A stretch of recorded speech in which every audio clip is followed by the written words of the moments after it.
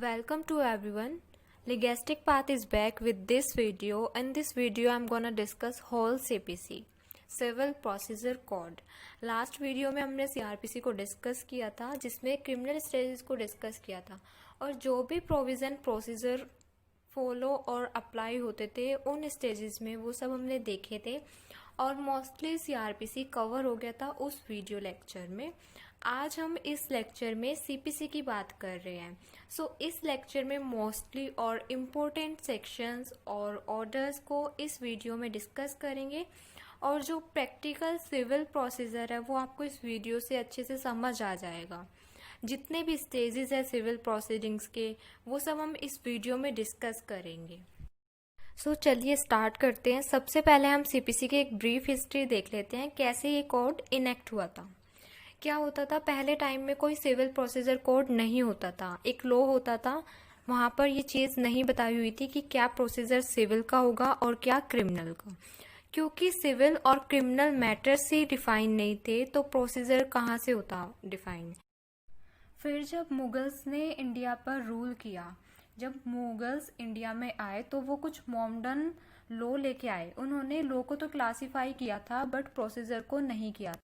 इसके बाद east India company जब इंडिया में आई, उन्होंने धीरे धीरे वो सब लॉ डेवलप करने स्टार्ट किए जिनकी सोसाइटी को नीड थी और एडमिनिस्ट्रेशन ऑफ जस्टिस को जिसकी नीड थी, बिकॉज ये कंपनी एडमिनिस्ट्रेशन का डोमिनेंस करने लगी।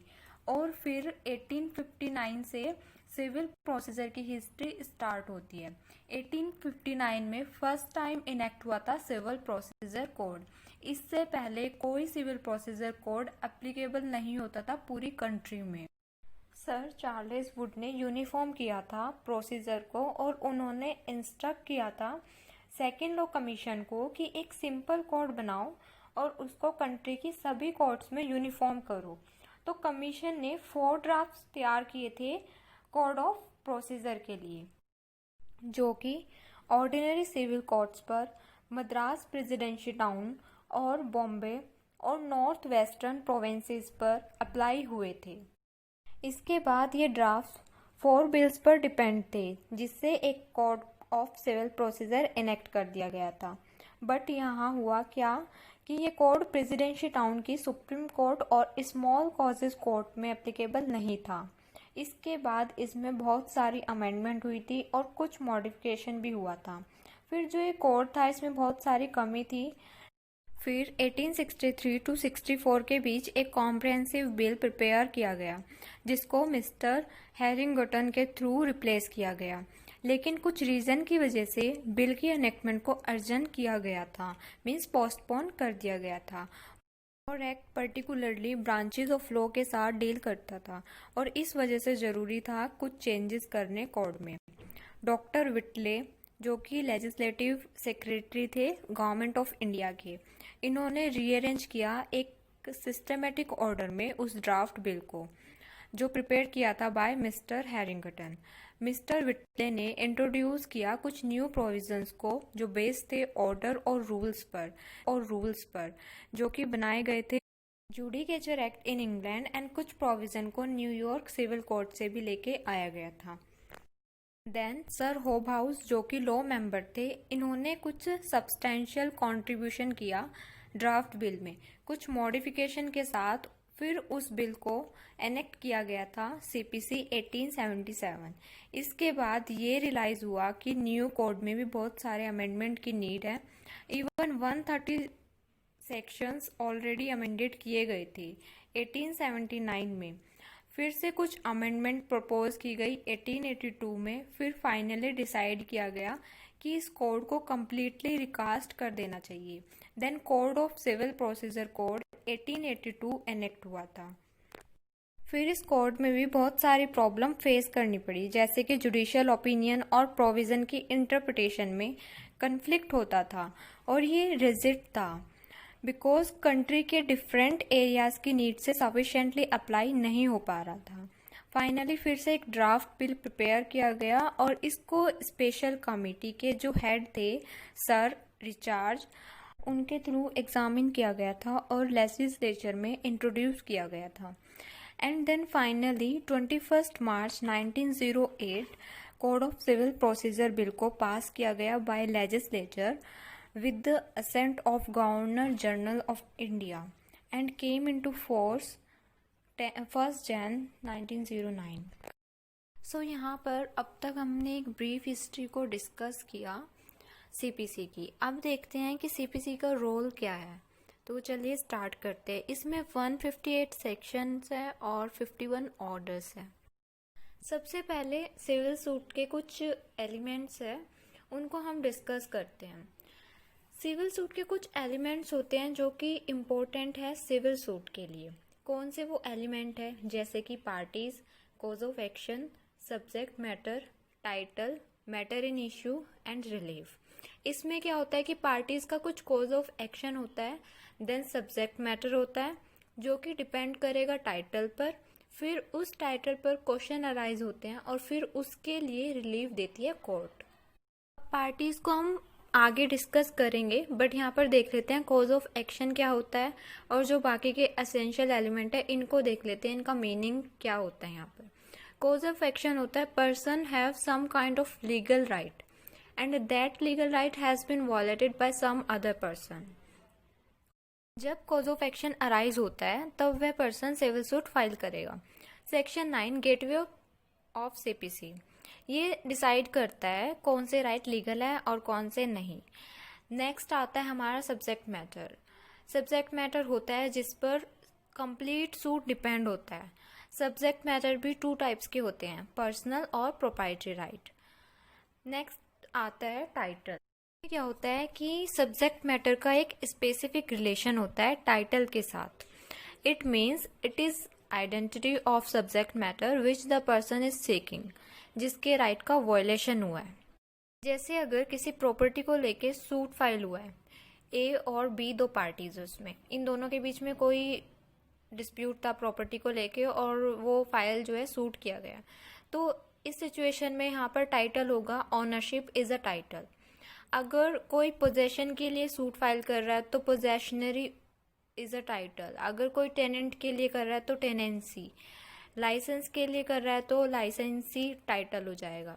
Title is a specific name of subject matter means. Next आता है मैटर इन इश्यू. इसमें क्या होता है कि दोनों पार्टीज को देखते हुए क्वेश्चन अराइज होते हैं. एक पार्टी असर्शन करता है और दूसरी पार्टी डिनायल. ये क्रिएट करता है मैटर इन इश्यू. अब जो पार्टी प्रूव करने में फेल हो जाती है खुद के क्वेश्चंस को, वो पार्टी रिलीफ प्रोवाइड करेगी अदर पार्टी को जिसने मैटर इन इश्यू के क्वेश्चन को प्रूव किया है उसको. लास्ट एलिमेंट आता है हमारा relief. It is a kind of remedy जब एक पार्टी मैटर इन इश्यू के क्वेश्चन को प्रूव कर देगी. तो आपको ये एलिमेंट समझ आए होंगे. इनको हमने बहुत शॉर्टली डिस्कस किया है, ज़्यादा डिटेल में नहीं किया है. कोज ऑफ एक्शन वायलेट होएगा, एक पार्टी डिनाई करेगी, अदर पार्टी उसको बोलेगी कि वायलेशन किया है. उसके बाद वो मैटर कोर्ट ऑफ लॉ में एग्जामिन किया जाएगा through evidence. Burden of proof parties prove करेगी, then court will provide remedy. ये सीपीसी का एक बेसिक कंसेप्ट है जो मैंने स्टार्टिंग में आपको बताया सो दैट आप लोगों को कंफ्यूजन अराइज ना हो कोई. सो एसेंशियल एलिमेंट्स को वेरी ब्रीफली हमने डिस्कस किया है और हिस्ट्री को भी हमने ब्रीफली डिस्कस किया था. उसके बाद हम स्टार्ट करते हैं ऑर्डर से. ऑर्डर 1 से स्टार्ट करते हैं. ऑर्डर 1 क्या कहता है कि सूट में कौन पर्सन पार्टी बन सकता है और किस पर्सन को पार्टी बनाया जा सकता है. सो ऑर्डर 1 रूल 10 बताता है कि कौन पार्टी के वे में सूट ज्वाइन कर सकता है. नेक्स्ट आता है ऑर्डर 2. ये बात करता है कि जब भी सूट स्टार्ट होगा उसका मेन एसेंशियल है कि कोज ऑफ एक्शन होना चाहिए. ये एक इम्पॉर्टेंट एसेंशियल कंडीशन है सिविल सूट की. अगर ऐसा नहीं होता है और हम सूट कर देते हैं तो वो ऑर्डर 7 रूल 11 के अंडर रिजेक्ट हो जाएगा. बट अगर एक्चुअल में कोज ऑफ एक्शन होता है तो ऑर्डर 2 में सूट इंस्टीट्यूट करना है और सूट इंस्टीट्यूट करने ऑर्डर 3 की हेल्प लेनी होगी. और ऑर्डर 3 बताता है कि पार्टीज को प्लीडर के थ्रू फाइल सूट करना होगा और प्लीडर पार्टी के बिहाफ पर अपीयर होगा और एक्ट करेगा. फिर इसके बाद इंस्टीट्यूशन ऑफ सूट होगा जो कि ऑर्डर 4 और सेक्शन 26 बात करता है. अब इंस्टीट्यूशन ऑफ सूट कैसे करना है? Institution of suit through plaint करना है. और प्लेंट जो लिखनी है वो ऑर्डर 6 और 7 के अकॉर्डिंग लिखनी है। नो अब इंस्टीट्यूशन ऑफ सूट हो गया। नेक्स्ट आता है examination of plaint. Examination of plaint होगा जो कि अंडर ऑर्डर 7, रूल 10 और रूल 11 के अंडर होगा। ये प्रोसीजर कोर्ट में गिवन है स्टार्टिंग में, लेकिन एक्चुअल जो प्रैक्टिकली कोर्ट में होता है वो रिटन स्टेटमेंट के बाद होता है। ये सब examination of plaint written statement के बाद होता है नॉर्मली। रिटन कब होता है? रिटन होता है तब कोर्ट की ज्यूरिसडिक्शन नहीं बनती है, चाहे वो पेक्यूनरी, टेरिटोरियल, सब्जेक्ट मैटर, ये इनमें से कोई भी ज्यूरिसडिक्शन अगर कोर्ट की नहीं बनती है तो वो रिटर्न हो जाता है। अगर ये प्रोसीजर कोर्ट में गिवन है, लेकिन एक्चुअल और प्रैक्टिकल कोर्ट में ऐसा नहीं होता है। एक्चुअल में रिटन स्टेटमेंट के बाद एग्जामिनेशन ऑफ प्लेंट किया जाता है। रिटन कब होता है? तब कोर्ट की ज्यूरिसडिक्शन नहीं बनती है, चाहे वो पेक्यूनरी हो, टेरिटोरियल हो या सब्जेक्ट मैटर हो। अगर कोर्ट की ज्यूरिसडिक्शन नहीं बनती है तो कोर्ट ट्राई नहीं कर सकती उस प्लेंट को, और ऐसे सिचुएशन में कोर्ट रिटर्न कर देती है प्लेंट को। और अब आता है rejection of plaint. Rejection of plaint कब होगा? जब सूट अंडर वैल्यूड हो या प्रॉपरली स्टैम्प ना हो, फिर कॉज ऑफ एक्शन नहीं है, या फिर कोर्ट फी नहीं दी है, या फिर suit barred by any law. Barred by any law से आपको कुछ याद आ रहा होगा, सेक्शन 11 रेस जुडिकाटा बात करता है बार्ड बाय एनी लॉ। ये कहता है कि अगर सूट ऑलरेडी डिसाइड है तो ये होता है बार्ड बाय लॉ। कुछ ग्राउंड्स गिवन है ऑर्डर 7 रूल 11 के अंडर, इनके बेसिस पर प्लेंट को रिजेक्ट कर दिया जाता है, और ये एक डीम्ड डिक्री है। एग्जामिनेशन से पहले हमने जो सूट इंस्टीट्यूट किया था वो सूट प्रॉपर्टी मैटर से रिलेटेड था, और उस पर अगर कोई स्टे चाहिए होता है तो इंस्टीट्यूशन ऑफ सूट के साथ ऑर्डर 39 रूल 1 और 2 लगा देंगे, दैट इज टेम्परेरी इंजंक्शन। और ये इंजंक्शन इस ग्राउंड पर मिलता है कि जब प्राइमा फेसी हो, या कोई बैलेंस ऑफ कन्वीनियंस हो, या फिर कोई इररिपेरेबल लॉस एंड इंजरी हो सकती है, या फिर प्लेंटिफ का कंडक्ट फेयर हो। ये ग्राउंड तो वो थे जहाँ पर इंजंक्शन मिल सकता है। अब 4 ग्राउंड्स वो भी हैं जहाँ पर इंजंक्शन नहीं मिल सकता है, that is causing administrative inconvenience, या फिर पब्लिक इंटरेस्ट में सूट हो, या फिर पब्लिक ऑर्डर एंड मॉरलिटी में सूट हो, या फिर कॉजिंग स्टेट इनकन्वीनियंस हो। इन सिचुएशन में इंजंक्शन नहीं मिलता है, और अगर इंजंक्शन चाहिए होता है तो इंस्टीट्यूशन ऑफ सूट के साथ ही इसकी एप्लीकेशन दे देते हैं। नेक्स्ट आता है order 33 suit by indigent person. वो कोर्ट में इस ऑर्डर के अंडर फाइल कर सकता है कि मैं एबल नहीं हूँ कोर्ट फी पे करने में, जिसकी एसेट 1000 रुपीज से कम हो, तो कोर्ट दोनों पार्टीज को सुनने के बाद परमिशन दे सकती है। अब नेक्स्ट आता है सेक्शन 148 और section 149, that is enlargement of time. अगर किसी वजह से कोर्ट फी पे नहीं कर पाता है प्लेंटिफ, तो वो कोर्ट में इस सेक्शन के अंडर बता सकता है कि थोड़ा टाइम उसे ग्रांट कर दिया जाए, या फिर इंस्टॉलमेंट फिक्स कर दिया जाए जिससे वो फी पे कर सके, और उसके लिए सेक्शन 148 और 149 है। नेक्स्ट आता है सेक्शन 75। यहाँ पर सेक्शन 75 के लिए भी अप्लाई कर सकते हैं अगर कोर्ट को लगता है और पार्टी चाहती है कि कोई कमीशन अपॉइंट कर दी जाए। और कब कोर्ट कमीशन इशू कर सकती है, ये सेक्शन 75 में गिवन है कुछ कंडीशंस, आप वहाँ से चेक कर सकते हैं। नेक्स्ट आता है ऑर्डर 38 सप्लीमेंट प्रोसीडिंग्स। इसके लिए भी अगर पार्टी को नीड होती है तो वो एप्लीकेशन लगा सकती है इंस्टीट्यूशन ऑफ सूट के साथ। ये सेक्शन और ऑर्डर हमने यहाँ पर इसलिए बात की क्योंकि अगर प्लेंटिफ इनमें से कोई प्रोविजन अप्लाई करवाने के लिए एंटाइटल है कोर्ट से, तो वो जब सूट इंस्टीट्यूट करेगा उसके साथ ये अप्लाई कर सकता है, और वैसे तो at any stage we can do.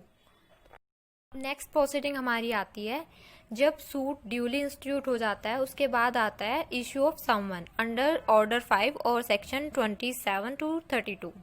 और एक चीज यहाँ पर है, समवन और नोटिस में फर्क है। नोटिस मीन्स कोई भी ऑर्डर कोर्ट का, और समवन मीन्स समवन भी नोटिस होता है तब डिफेंडेंट या विटनेस को कोर्ट में अपीयर करना, that is someone. Someone witness होता है, स्टैंप लगी होती है कोर्ट की, और इसका पर्पस होता है call any person before the court. Issue of someone होगा, उसको डिलीवर करने के लिए क्या प्रोसीजर होगा ऑर्डर 5 में बताया है कि कैसे और क्या प्रोसीजर हो सकता है समवन सर्विस को डिफेंडेंट तक देने के लिए। अब अगर डिफेंडेंट को समवन डिलीवर हो जाते हैं तो उसको with in 30 days return statement के साथ कोर्ट में अपीयर होना पड़ेगा, और इन 30 डेज को मैक्सिमम 90 डेज तक एक्सटेंड कर सकते हैं अगर डिफेंडेंट सफिशिएंट कॉज कोर्ट में देता है। अब नेक्स्ट आता है, अगर समन डिलीवर होने के बाद डिफेंडेंट अपीयर हो जाता है तो ऑर्डर 8 अप्लाई होगा, और अगर समन डिलीवर होने के बाद भी पर्सन कोर्ट में अपीयर नहीं होता है तो कोर्ट को लगता है कि वो कोर्ट के प्रोसीजर को अवॉइड कर रहा है, देन ऑर्डर 9 अप्लाई होगा, consequence of non appearance of parties. अगर पार्टी शो करती है सफिशिएंट कॉज कि किस वजह से वो अपीयर नहीं हो पाया कोर्ट में, और कोर्ट सेटिस्फाई होती है उन सफिशिएंट कॉज से, तो वो फॉरगोइंग रूल एप्लीकेबल अप्लाई कर सकती है पार्टी पर जो अपीयर नहीं हुई थी। लेकिन अगर पार्टी के पास कोई सफिशिएंट कॉज नहीं होता तो court x Partey proceedings apply करेगी, रूल 6। फिर एक्स पार्टे डिक्री हो जाएगी। कभी भी एक्स पार्टे डिक्री पहले नहीं होती, पहले एक्स पार्टे प्रोसीडिंग्स होती है। इसमें क्या होता है कि डिफेंडेंट नहीं आया, प्लेंटिफ आया, प्लेंटिफ को कहा जाता है आप अपनी बात को प्रूव करें, और प्लेंटिफ विटनेस को लेके आया, एविडेंस लेके आया, उसने प्रूव किया कोर्ट में, तो एक्स पार्टे डिक्री हो जाएगी। अब अगर एक्स पार्टे को सेट असाइड कराना हो तो रूल 13 अप्लाई करेंगे, डिक्री के अगेंस्ट अपील कर सकते हैं। या फिर सेकंड है, फ्रॉडलेंटली के लिए शू कर सकते हैं कि प्लेंटिफ ने fraudulently right to sue hide किया प्लेंटिफ का, या कुछ ऐसा किया जिससे वो डिक्री पास की गई। तो एक्स पार्टी डिक्री के लिए जो रेमेडी अवेलेबल है दैट इज ऑर्डर 9 रूल 13 में गिवन है, set aside x party decree या फिर अपील कर सकते हैं। सो अभी तक हमने देखा कॉज ऑफ एक्शन हुआ, इंस्टीट्यूशन ऑफ सूट हुआ, एग्जामिनेशन ऑफ प्लेंट हुआ जिसमें 3 सिचुएशन है, return of plaint, rejection of plaint और ड्यूली इंस्टीट्यूटेड ऑफ सूट। अगर सूट ड्यूली इंस्टीट्यूट हो गया तो इशू ऑफ समन हुआ। अब अगर डिफेंडेंट अपीयर नहीं होता तो ऑर्डर 9 में प्रोसीजर गिवन है, और अगर किसी पार्टी को एक्स पार्टी डिक्री में ऑब्जेक्शन है तो रूल 13 में सेट असाइड या फिर अपील कर सकता है। वो सिचुएशन जहां डिफेंडेंट अपीयर हो जाता है तो ऑर्डर 8 अप्लाई होता है। जब डिफेंडेंट आएगा उसको 30 डेज का टाइम दिया जाता है रिटर्न स्टेटमेंट फाइल करने के लिए। रिटर्न स्टेटमेंट में सबसे इम्पोर्टेंट चीज जो होती है वो होती है set of. Set of means counter claim. अगर यहाँ पर आकर कोर्ट में डिफेंडेंट बोलता है कि प्लेंटिफ के ऊपर मेरे पैसे पेंडिंग है या कोई चीज पेंडिंग है तो वो यहाँ पर सेट ऑफ और काउंटर क्लेम कर सकता है। नेक्स्ट आता है जब प्लेंटिफ एलेज करता है डिफेंडेंट को और डिफेंडेंट डिनाई करता है कि जो प्लेंटिफ के एलिगेशन है वो झूठे हैं या गलत है, तो अब कोर्ट इशू फ्रेम करेगी। इशू ऑफ फ्रेम किसके ऊपर होंगे? प्लेंटिफ के एलिगेशन पर, डिफेंडेंट के डिनाई करने पर। अब ये होता है इशू ऑफ फैक्ट और इशू ऑफ लॉ। जो फैक्ट के ऊपर होंगे वो इशू ऑफ फैक्ट और जो लॉ के ऊपर होंगे वो इशू ऑफ लॉ। जैसे कि सूट टाइम बार्ड है, ज्यूरिसडिक्शन नहीं है, सूट वैल्यूएशन प्रॉपर नहीं है, या फिर अदर रीजन ऑफ लॉ है, और इसमें पहले इशू ऑफ लॉ डिसाइड होंगे, बाद में इशू ऑफ फैक्ट्स को। फ्रेमिंग ऑफ इशू ऑर्डर 49 में होंगे। ऑर्डर 49 फ्रेमिंग इशू की बात करते हैं। इसके बाद ऑर्डर 10 आता है, that is examination of parties by the court.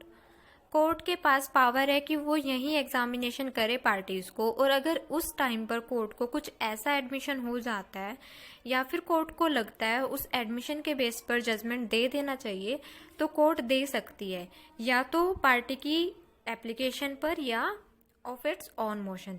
ये ऑर्डर 12 रूल 6 बात करता है। अदर सिचुएशन है, अगर कोर्ट को लगता है ड्यूरिंग एग्जामिनेशन ऑफ पार्टीज और एडमिशन रिकॉर्ड होने के बाद कि पार्टीज का सेटलमेंट आउटसाइड द कोर्ट हो सकता है, तो सेक्शन 89 के अंडर डायरेक्ट करती है कोर्ट पार्टीज को कि ऑर्डर 10 रूल 1A ये बात बोलता है। फिर अगर इन दोनों कंडीशन में से कोई कंडीशन अप्लाई नहीं होती है, कि कौन सी दो कंडीशन जो भी हमने डिस्कस की, एडमिशन जजमेंट के बेसिस पर और सेक्शन 89, अगर ये अप्लाई नहीं होती है इसके बाद आ जाता है ऑर्डर 11। ऑर्डर 11 बात करता है इंट्रोगेटिव में कुछ इंट्रोगेटिव राइटिंग में डिलीवर किए जाते हैं एग्जामिनेशन के लिए अपोजिट पार्टीज को, और अगर इंट्रोगेटिव ऐसे होती है जो मैटर इन इशू से रिलेटेड ना हो वो इरेलीवेंट होंगे। इंट्रोगेटिव से ही मोस्टली सिचुएशन क्लियर हो जाएगी कोर्ट को। नेक्स्ट आता है ऑर्डर 12, दैट इज एडमिशन। अगर कोई ऑर्डर 12 में एडमिशन कर ले तो उस एडमिशन में क्या प्रोसीजर होगा वो बताया है। जैसे कि किसी पार्टी ने डॉक्यूमेंट्री एविडेंस दिए और अपोजिट पार्टी ने उसको एडमिट कर लेती है, तो उसके बारे में इस ऑर्डर में बताया है। के बाद आता है order 13, production of documents. Production of documents दिए जाते हैं खुद के डिफेंस में, तो ये सब कोर्ट करती है इस स्टेज पर, जिससे framing of issue easily frame हो सके। जैसे क्रिमिनल स्टेजेस में हमने देखा था फ्रेमिंग ऑफ चार्ज होते हैं, ऐसे सिविल में फ्रेमिंग ऑफ इशू किए जाते हैं। जब फ्रेमिंग ऑफ इशू हो जाते हैं तो सेकेंड स्टेज स्टार्ट होती है सिविल प्रोसीडिंग्स में। फ्रेमिंग ऑफ इशू के बाद आता है ऑर्डर 15, पार्टीज किसी भी सेटलमेंट पर आ जाती है या फिर कंसेंट डिक्री भी कोर्ट दे सकती है। अगर इशू फ्रेम करते वक्त कोई मेन इशू नहीं होता या फिर पार्टीज किसी सेटलमेंट पर आ जाती है तो इसी स्टेज पर कोर्ट जजमेंट प्रोनाउंस कर देगी और सूट को डिस्पोज ऑफ कर देगी। डिस्पोज ऑफ होता है सिविल में, और क्रिमिनल में हमने देखा था समरी ट्रायल होता है, जो वीडियो लेक्चर सीआरपीसी का हमने डिस्कस किया था। लेकिन अगर इशू फ्रेम हो गए तो issue can be amended under order 14 rule 5, जो बताता है कि इसके अंडर इशू अमेंड हो सकते हैं या एडिशनल इशू फ्रेम किए जा सकते हैं या फिर स्ट्राइक आउट द इशू। अगर ऑब्जेक्शन है किसी भी इशू पर आफ्टर फ्रेमिंग द इशू तो ऑर्डर 14 रूल 5 अवेलेबल है उसके लिए।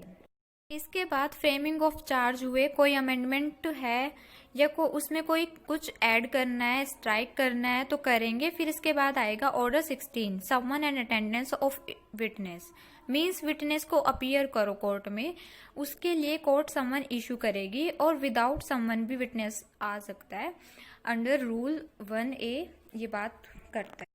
ऑर्डर 16 में वही सब बताया कि क्या प्रोसीजर होगा विटनेस को बुलाने का एंड ऑल। नेक्स्ट आता है ऑर्डर 17, अर्जेंटमेंट। अगर कोर्ट को लगता है सूट की किसी भी स्टेज पर और सफिशिएंट कोज शो होते हैं कोर्ट को, तो कोर्ट टाइम ग्रांट कर सकता है। जब नीड होगी तब कोर्ट एडजर्न कर सकती है सूट को। नेक्स्ट आता है order 18, examination of witness. Examination of witness करना है और हियरिंग स्टार्ट करनी है सूट की। हियरिंग मीन्स एडजुडिकेशन, एडजुडिकेशन का प्रोसेस स्टार्ट करना है इस ऑर्डर के अंडर। अब हियरिंग स्टार्ट हो गई ऑर्डर 18 के साथ। इसमें पहले ओरल एविडेंस होता है, फिर डॉक्यूमेंट्री एविडेंस होता है। अभी ओरल और डॉक्यूमेंट्री एविडेंस आ गए। इसके बाद ऑर्डर 23 और सेक्शन 23 और 24 आए। ये प्रोविजन कहते हैं कि अगर किसी पर्सन को ट्रांसफर ऑफ सूट करना है या विड्रॉल ऑफ सूट कराना है तो वो करा सकते हैं। विड्रॉल ऑफ सूट कब होगा? जब पार्टीज कॉम्प्रोमाइज कर लेती है, और इसके बाद कंसेंट डिक्री करा सकती है पार्टीज कोर्ट से। नेक्स्ट आता है section 75 to 78, read with order 26, that is incidental proceedings. इसमें लोकल कमीशन वगैरह आते हैं, वो सब प्रोसीजर बताया है। नेक्स्ट आता है सेटलमेंट ऑफ डिस्प्यूट, सेक्शन 89। इसमें क्या होता है, दोनों पार्टीज आ गई, सूट चल रहा था और पार्टीज चाहती है कि सेटलमेंट आउटसाइड द कोर्ट कराया जाए एडीआर के थ्रू, मीन्स सेक्शन 89 वहाँ एग्जिट करेगा, कोर्ट परमिशन दे देगी। और इन केस कोर्ट को लगता है किसी सूट में कि एडीआर के थ्रू सेटलमेंट हो सकता है तो ऐसे केस में कोर्ट रेफर कर देती है सूट इस प्रोविजन के under. Next come order 38, attachment of property before judgement. जब कोई प्लेंटिफ कोर्ट को बताता है कि अगर कोर्ट ने डिफेंडेंट की प्रॉपर्टी अटैच नहीं की तो ये पर्सन डिक्री की एग्जीक्यूशन के टाइम पर ये प्रॉपर्टी सेल कर देगा और भाग जाएगा, बिकॉज इसके पास इस प्रॉपर्टी के अलावा कुछ नहीं है और कोर्ट के डिसीजन को एग्जीक्यूट कराना पॉसिबल नहीं होगा, इसलिए ऑर्डर 38 अप्लाई किया जाता है। नेक्स्ट प्रोसीजर आता है हमारा सेक्शन 94 और 95, दैट इज सप्लीमेंट प्रोसीडिंग। इसमें रिसीवर अपॉइंट करा सकते हैं और अरेस्ट वारंट करा सकते हैं, टेम्परेरी इंजंक्शन और इंटरलोकेटरी ऑर्डर भी करा सकते हैं। और अगर इनसफिशिएंट ग्राउंड पर प्लेंटिफ ने अरेस्ट, अटैचमेंट और इंजंक्शन कराया है तो वो कंपनसेशन पे करेगा उसके लिए। ये सब इश्यूज, प्रोसीजर, प्रोविज़न सब कुछ during the settlement of issues के टाइम हम अप्लाई करेंगे। इन सब प्रोसीडिंग्स के दौरान जज को लगता है मैटर उनकी पावर से बाहर है, मतलब जो कंडीशन और लिमिटेशंस प्रिस्क्राइब्ड है उससे बाहर है, कोर्ट रेफर कर सकते हैं सूट को हाई कोर्ट के पास। सिंपल इज दैट जब कोर्ट को लगता है कि पेंडिंग केस में कोई क्वेश्चन इन्वॉल्व होता है एक्ट की वैलिडिटी को लेके, इंटरप्रिटेशन ऑफ स्टैच्यूज को लेके, और जो कि नेसेसरी है केस के डिस्पोजल के लिए, तो वो हाई कोर्ट को रेफर कर देगा। और इसके चलते कोर्ट चाहे तो सेक्शन 114 और सेक्शन 151 भी यूज़ और अप्लाई कर सकती है। सेक्शन 151 इनहेरेंट पावर है कोर्ट की, और सेक्शन 114 में रिव्यू भी कर सकती है court. So settlement of issues by the court, इसमें अब तक की सब प्रोसीडिंग्स इन्वॉल्व होती है।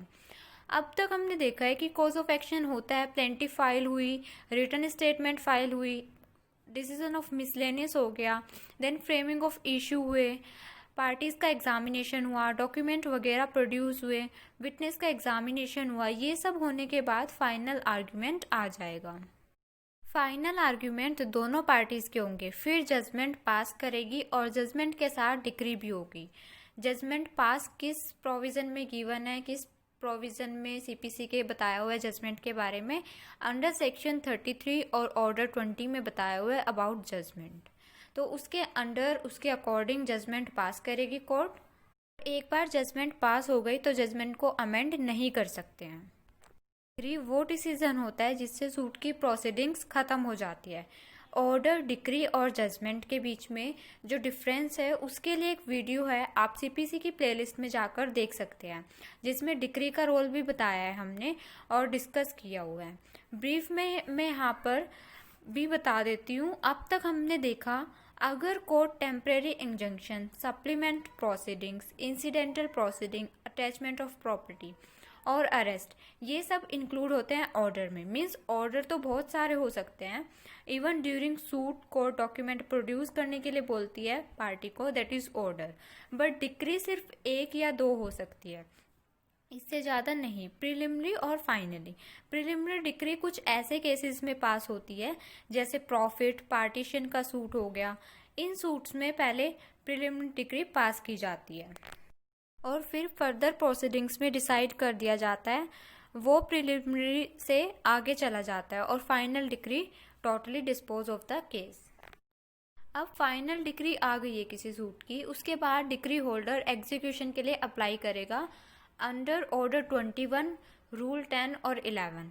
लेकिन जजमेंट डेटर एग्री नहीं है उस डिसीजन से, डिक्री से, मींस जो भी पार्टी एग्री ना हो उस डिक्री से, तो वो अप्लाई कर सकता है अंडर सेक्शन 96 टू 99, या फिर सेकंड अपील होती है सेक्शन 100 टू 103, और अपील में स्टे एग्जीक्यूशन के लिए फाइल करना पड़ेगा। यहाँ पर रिवीजन भी कर सकते हैं अंडर सेक्शन 115।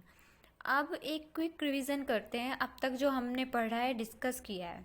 इस लेक्चर में स्टार्ट किया था हमने हिस्ट्री से, जिसमें बताया था कि कितनी बार कोड इनेक्ट किया गया था और फाइनली 21 मार्च 1906 को इनेक्ट किया गया था। उसके बाद हमने एसेंशियल एलिमेंट्स देखे थे सिविल सूट्स के, parties, cause of action, subject matter, title, matter in issue, relief. फिर इनको ब्रीफ में हमने डिस्कस भी किया था। फिर ऑर्डर 1 हम लोगों ने देखा था कि कौन पार्टी बन सकता है, किस पर्सन को पार्टी बनाया जा सकता है, ये सब। नेक्स्ट ऑर्डर 2 कि अगर कॉज ऑफ एक्शन हुआ है तो सूट इंस्टीट्यूट करेंगे, ये ऑर्डर 2 बात करता है। अब सूट इंस्टीट्यूट करने में हेल्प लेनी होगी ऑर्डर 3 की, जो बोलता है कि प्लीडर के थ्रू सूट इंस्टीट्यूट करेंगे। फिर ऑर्डर 4 के अंडर इंस्टीट्यूशन ऑफ सूट होगा और institution of suit through plaint किया जाएगा, और प्लेंट की बात ऑर्डर 6 और ऑर्डर 7 करते हैं। सो प्लेंट फाइल कर दी गई कोर्ट में तो एग्जामिनेशन ऑफ प्लेंट होगा, बट ये सिर्फ कोर्ट में गिवन है, एक्चुअल में तो ये रिटन स्टेटमेंट के बाद होता है। नेक्स्ट हमने देखा था अगर ऑर्डर 39, ऑर्डर 38, सेक्शन 75, सेक्शन 148 और 149, ये सब इंस्टीट्यूशन ऑफ सूट के साथ भी अप्लाई कर सकते हैं, और वैसे तो किसी भी स्टेज पर हम इसकी एप्लीकेशन लगा सकते हैं, बट बिफोर जजमेंट। अब इंस्टीट्यूशन ऑफ सूट हो गया तो आ जाता है ऑर्डर 5 और section 27 to 32, issue of summon for defendant. तो इसमें वही प्रोसीजर बताया कैसे डिफेंडेंट को समन भेजने हैं एंड ऑल, और समवन डिलीवर हो जाते हैं विद इन 30 डेज कोर्ट में अपीयर होना होता है डिफेंडेंट को, और 19 डेज मैक्सिमम एक्सटेंड हो सकते हैं अगर डिफेंडेंट सफिशिएंट रीजन कोर्ट को देता है तो। नेक्स्ट ऑर्डर 9 आ जाता है consequences of non appearance of parties. इसमें भी अगर सफिशिएंट कॉज शो करती है पार्टीज तो कोर्ट फॉरगोइंग रूल अप्लाई कर सकती है, otherwise x Partey proceedings apply करेगी। फिर एक्स पार्टे के लिए क्या रेमेडी है वो डिस्कस किया था हमने, रूल 13 या फिर अपील। इसके बाद ऑर्डर 8, अब रिटन स्टेटमेंट जब फाइल करता है डिफेंडेंट वो उसमें सेट ऑफ या काउंटर क्लेम कर सकता है कि प्लेंटिफ के ऊपर मेरी खुद की मनी ड्यू है। ये सब होने के बाद डिसीजन ऑफ मिसलेनियस आ जाता है। फिर फ्रेमिंग ऑफ इश्यूज होते हैं अंडर ऑर्डर 14। देन ऑर्डर 10 आता है, एग्जामिनेशन ऑफ पार्टीज का प्रोसीजर गिवन है जिसमें फिर यहाँ पर एक सिचुएशन आती है, अगर कोर्ट को कुछ ऐसा एडमिशन हो जाता है और उस एडमिशन के बेसिस पर जजमेंट दे देनी चाहिए तो दे सकती है कोर्ट। अंडर ऑर्डर 12 रूल 6 में ये गिवन है। नेक्स्ट कोर्ट को लगता है थ्रू एडीआर सेटलमेंट हो सकता है इस डिस्प्यूट का, तो वो करवा देते हैं। देन ऑर्डर 11 इंटेरोगेटरीज, इसमें रिटर्न में क्वेश्चन डिलीवर होते हैं अपोजिट पार्टी को। फिर ऑर्डर 12 आता है, एडमिशन हो जाता है अगर किसी पार्टी के थ्रू। ऑर्डर 13 आता है, प्रोडक्शन ऑफ डॉक्यूमेंट। ये सब कोर्ट इसलिए करती है जिससे जो इजीली फ्रेमिंग ऑफ इशू हो जाए। हमारा आता है ऑर्डर 15, पार्टी सेटलमेंट कर लेती है, मीन्स कॉम्प्रोमाइज़ वगैरह, या फिर कंसेंट डिक्री पास हो जाती है कोई, या फिर कोई मेन इशू अराइज ही ना हो रहा हो फ्रेमिंग ऑफ इश्यूज में, तो कोर्ट जजमेंट दे सकती है। इसके बाद ऑर्डर 15 रूल 5 बताता है अगर फ्रेमिंग ऑफ इशू होने के बाद उसमें कुछ अमेंडमेंट करनी है या ऐड करना है कोई इशू, तो वो कर सकते हैं इस प्रोविजन के under. Next order 16 someone and attendance of witness and order 17 adjournment. Order 18 examination of witness. इसके बाद हमने देखा था कि अगर कोई विड्रॉल या ट्रांसफ़र करना है सूट को तो वो ऑर्डर 23 और सेक्शन 23 और 24 के अंडर जाएगा। Next 75 to 78 read with order 26 incidental proceedings की बात करते हैं। Section 89 settlement outside the court. और next order 38 attachment of property before judgment. ये सब हमने देखा था कि कब हो सकता है और क्या प्रोसीजर है, क्या प्रोविज़न इनका गिवन है, ये सब। सेक्शन 94 95 सप्लीमेंट्री प्रोसीडिंग्स क्या होती है, कैसे होती है, और अगर वो प्लेंटिफ फ्रॉड करता है इसमें तो कंपनसेशन पे करेगा, ये सब भी हमने देखा था। इन सब प्रोसीडिंग के बाद नेक्स्ट स्टेज में फाइनल आर्ग्यूमेंट होते हैं, जजमेंट आती है और उनके साथ डिक्री एंड देन अपील। अगर जजमेंट डेटर करना चाहता है तो अपील कर सकता है, अपील का प्रोविज़न है, फर्स्ट अपील, सेकंड अपील, और रिवीजन भी हो सकता है। ये सब होता है सिविल प्रोसीजर में, स्टेजेस ऑफ सिविल प्रोसीजर में। सो ये सब वो था कि क्या प्रोविज़न है, कब कहाँ अप्लाई होते हैं, क्या प्रोसीजर होता है, वो सब हम लोगों ने इस लेक्चर में डिस्कस किया। होप सो आपको ये सब समझ आया होगा और साथ में सीपीसी भी समझ आया होगा। नॉर्मली हम लोग कोड, स्टैचू, एक्ट तो पढ़ लेते हैं, बट एक्चुअल में हम लोगों को ये नहीं पता होता कि क्या चीज़ कैसे अप्लाई कर सकते हैं, किस स्टेज पर कर सकते हैं, किस प्रोविज़न के अंडर कर सकते हैं। सो ये सब डिस्कस इसलिए किया है, वो सब कन्फ्यूज़न रिमूव करने के लिए। Thank see you soon in next video.